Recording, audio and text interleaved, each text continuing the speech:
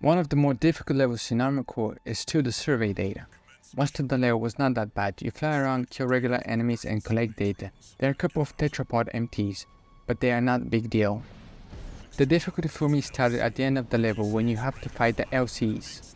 One of them is the sniper that stands on top of the tower. The other one is a regular LC. And the final one is the LC with the shield. The trio was very difficult to beat, especially the one with the shield. It is very difficult to deal any damage if you don't stagger it. The problem with that is it has a huge stagger bar and it moves very fast. The other two have low amount of health, but they move very fast as well. If you are also stuck on this level, I hope this video can help you. Let's start with the AC. I was going for a build that is good at staggering and dealing a good amount of damage.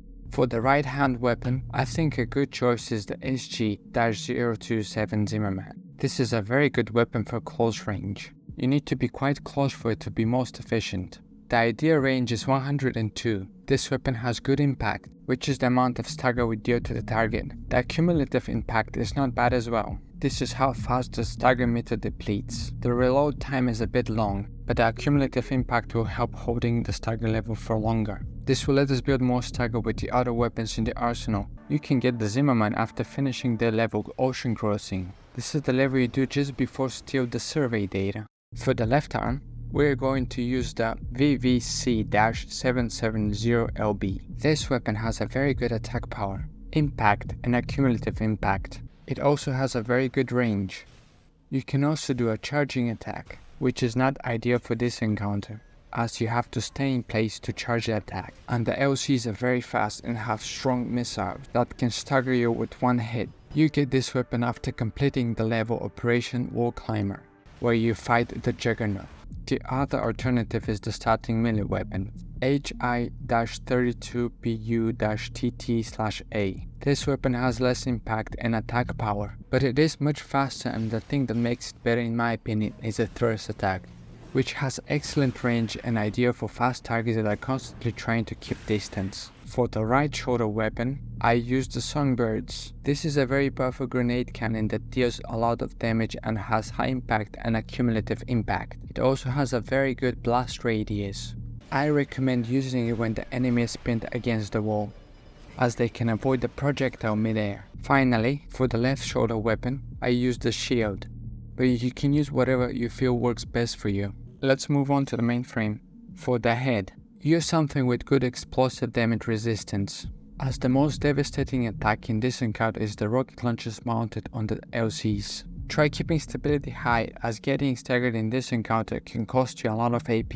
I find that the Maunder is not a bad choice. It also has a very good AP. For the arms, I think a good choice is the Basho. It has a good anti-explosive defense, AP, stability, and most importantly, very high melee specialization of 158, which increases the damage there with the melee weapon. For the legs, we can go with the LG-012 Melender C3. This leg is especially good at anti-explosive defense, but the stability is on the lower side. That's okay because the other parts will compensate for that. For the core, we are going to use the BT-011 Maunder. It has a good anti-explosive defense and decent stability, but the best thing about it is the AP, which is quite high.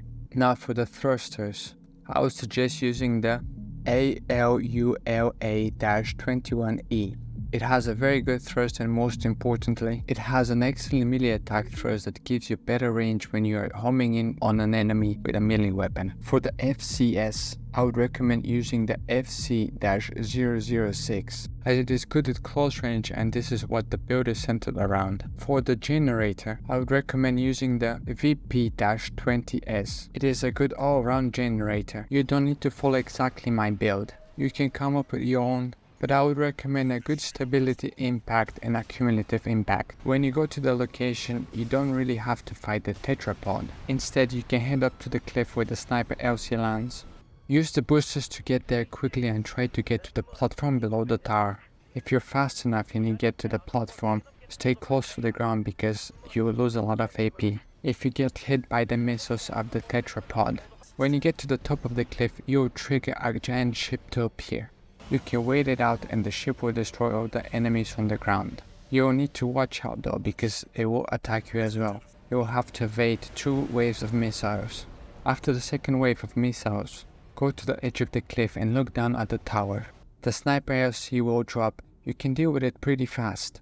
You can use the songbirds. The 2 missiles that it fires will be enough to destroy it. Turn to the left of you and the second AOC will drop. Shoot up with the Zimmerman and finish it off with the charge attack. The last AOC you can tackle in any way you want. Just try to keep close and build its target meter while avoiding the missiles. At the end, just finish off the rest of the enemies. This will trigger the ship to start approaching you. Go to the jump pad and head straight for the deck. Ignore all the drones around it. When you destroy the deck, the ship will fall and take out the drones with it. This is the easiest way I found to finish this encounter. I hope this video helped you. If you liked my content, please like the video and subscribe. Thank you for watching.